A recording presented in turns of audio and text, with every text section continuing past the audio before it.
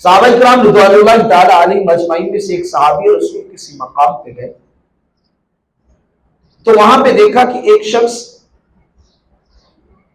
بیمار تھا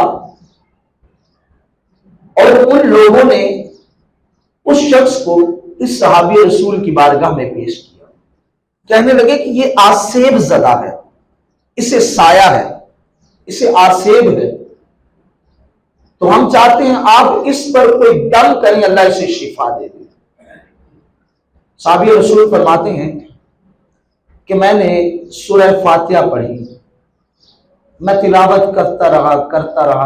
رہا اور پھر اس کے بعد میں نے اس پر تھوک پھینک دیا۔ کہتے وہ اس طرح تندرست ہو گیا جیسے کوئی کسی قید خانے میں جکڑا ہوا ہو اور پھر اس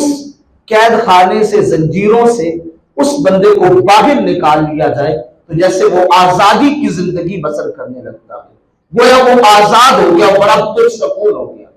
انہوں نے اس کے عوض میں مجھے بہت سارے تحائف پیش کیے۔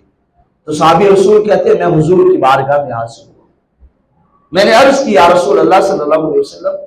کیا اس کے عوض جو انہوں نے مجھے کچھ دیا ہے میں اسے استعمال کر سکتا ہوں، کیا وہ میرے لیے جائز ہے؟ تو صحابی رسول صلی اللہ علیہ وسلم کے اس جملے پہ حضور فرمانے لگے اگر کوئی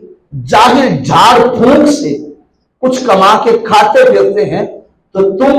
تو رب کا قرآن پڑھ کے پھونک کے آئے ہو، اس کے عوض اللہ نے تمہیں رزق دیا، کھاؤ، اپنے بچوں کو کھلاؤ، اللہ نے تمہارے لیے اس قسم کے رزق کے اسباب پیدا کیے۔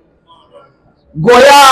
اللہ کے پاک کلام کو پڑھ کے پھونکنے سے شفا بھی ملتی ہے اور صحابہ کا یہ عمل بھی ہے، اور اس کے عوض میں اگر کوئی بطور تحفہ چیز پیش کرے تو اسے قبول کرنا، کھانا استعمال کرنا، یہ بھی عمل درست ہے۔